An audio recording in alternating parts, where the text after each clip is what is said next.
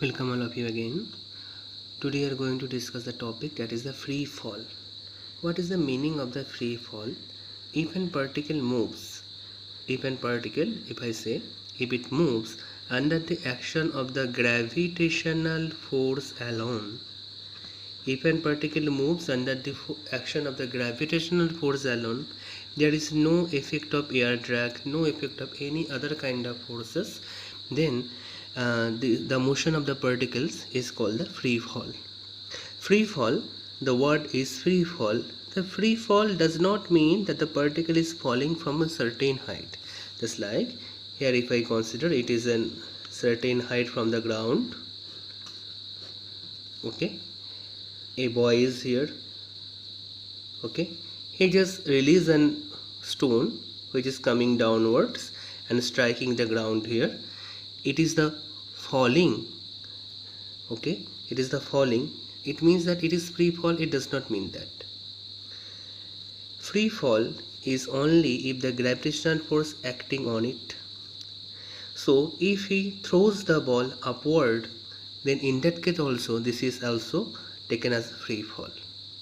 So we can generalize this thing. The motion of a particle under the action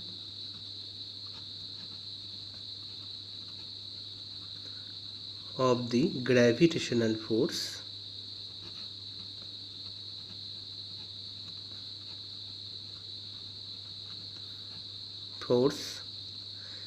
is called the free fall. The motion of the particle under the action of the gravitational force, no other kind of force is present. So let us at first consider that the boy is here and he just released a particle or a stone, okay, and when we just release it, I can say its velocity is 0. When you just release it, its velocity is 0. So if I consider he is observing this thing, the boy is observing this thing, and if I consider this is the origin, the point where he just released that stone, it is the origin. We can consider it is the origin. So whenever we discuss the horizontal motion, at that time I have considered the x-axis. But in the case of the vertical motion, okay, but in the case of the vertical motion, that is when the particle is coming downward, okay, we will consider the vertical axis. And I consider this vertical axis is y-axis. So obviously it is the negative y-axis. We can denote it as the y prime axis. So when the particle released from a certain height, capital H, at that time the particle is moving along the minus y-axis or the negative y-axis. If this boy here, he just released the particle here at t equal to 0, okay, and we say at t equal to capital T, it strikes the ground and with a velocity v. So we can say v is the velocity of impact. So what is the velocity of impact? We have to find out. So if we have a stopwatch or something, some time of time measuring instruments, and he just see or observes that he strikes here at the time capital T, then he can easily find out the motion using the formula v equal to u plus at. And here the particle is coming downwards, okay, along the negative y-axis. So at any instant, obviously we have to consider v is negative. The initial velocity is 0. Since the particle is coming downwards, obviously here we consider the earth pulls it. That's why the gravitational force acting on it, that was acceleration, we can say, since this is the pulling, so we can say it is the minus g due to attractive nature. So this is minus of g. And the total time interval from here to here, it is capital T. So from it we can find out that minus of v equal to minus of g into capital T. So from here capital T equal to, we can say, that is v by g. Not only that, we have another equation, that is v square equal to u square plus 2a into s. V is the final velocity, u is the initial velocity, a is the acceleration, s is the displacement. So just look at here. So it is the motion is along the negative y-axis. So obviously the capital H, what is the height? So s, we can replace this s as minus h. We can replace this s as minus h. What is the acceleration? The acceleration is minus g. A is minus g. It will be 2. So this is the value of 2as plus u is 0. It is 0 square. And the velocity in the negative direction, so it will be minus v. Okay. So it is minus v whole square. So this is the equation from the fundamental equation, that is the equation of motion. For in this case, this is the equation of motion, considering all the signs over here. So from here we can find out the velocity. From here we can find out the velocity, that is v square equal to 2g capital H. So from here we can say what is v? V equal to 2g capital H into square root. So here we can also see v equal to g into t. We can also see v equal to g into t. We can replace this equation, or you can use another equation. The equation we know that s equal to ut plus 1 by 2 into a into t square. So what is the displacement is? Just look at the diagram. It is along the negative y-axis. It is the minus h. S is minus h. So if I replace this thing, s is minus h. What is the initial velocity? The initial velocity is 0. That is u equal to 0. And the time taken by it to reaching the earth, that is capital T. So we can say it is 0 into capital T. 1 by 2. Sorry, it is a should be half of a t square. What is the value of a? A is minus g. What is the total time taken? It is capital T square. So this is the formula. So from here we can write capital H equal to half of g into capital T square. So from here we can find out t square equal to 2 capital H divided by g.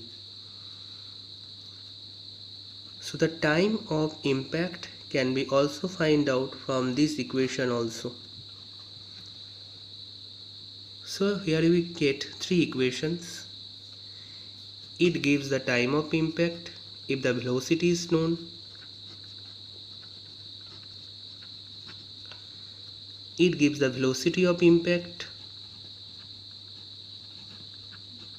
It gives the velocity of impact. That is, if the h is known, and here 2h by g. This is the, if h is known, we can find out the time of impact. That is, it is the also the time of impact. So if I want to summarize these things at a point, that is the time of impact can be found out in 2 procedures. That is capital T equal to v divided by g, or root over of 2 capital H divided by g. And the velocity of impact is equal to v equal to root over of 2gh. So from this equation it is clear, if the capital H is known to us, we can easily find out the time of impact. This time of impact is also called the time of descent, because here the particle is coming downwards. and this is the velocity of impact. So if a particle is just released from a certain height, it is coming downward due to the gravitational force of the earth, and this is the acceleration due to gravity acts on it, and these are the two things, two variables, time of impact and velocity of impact, that is after which time it strikes the ground and with which velocity it strikes the ground. One thing I have to say here, the small g here I have considered it is constant, and we know its value is 9.8 meter per second square in SI, 32 feet or foot per second square in FPS system, and 980 approximately centimeter per second square in CGS system. Here I have taken into consideration this thing is constant, but G is not constant. Here the particle is thrown, and the particle which is released from a certain height,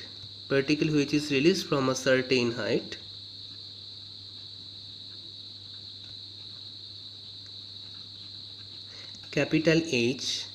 Here all of these things is constants under one consideration, H is very less than capital R.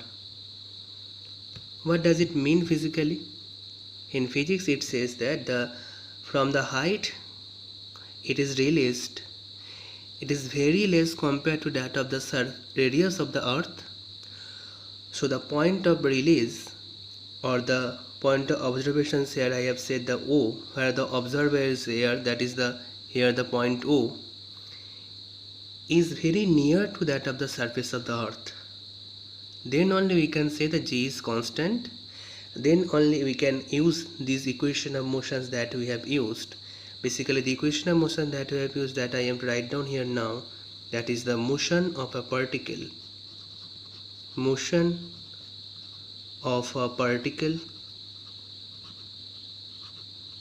under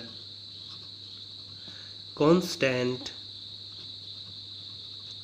acceleration, and that acceleration is the acceleration due to gravity.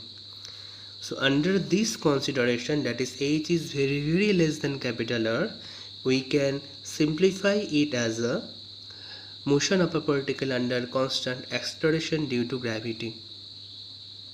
Now in which case it fluctuates? If the value of capital H will be increased and the value of capital H becomes of appreciable value, okay, then the capital H will be not negligible. At that time the G is not constant, then obviously G will change. Then that will be not under the case of motion of a particle under constant acceleration.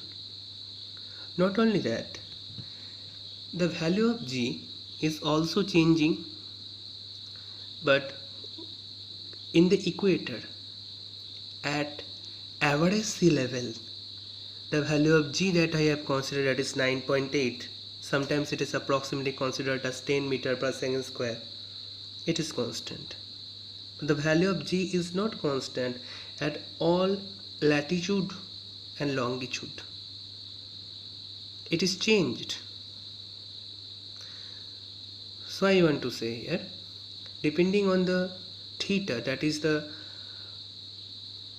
if I want to clarify this thing, just see, it is the earth, it is our earth, okay, just like it is the equator and it is the tropic of Capricorn, tropic of Cancer, just like at 23.5 degree, okay. Depending on the value of theta, G will change.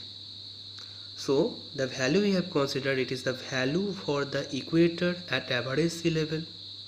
Then and only when we can use it as a motion of a particle under constant acceleration due to gravity.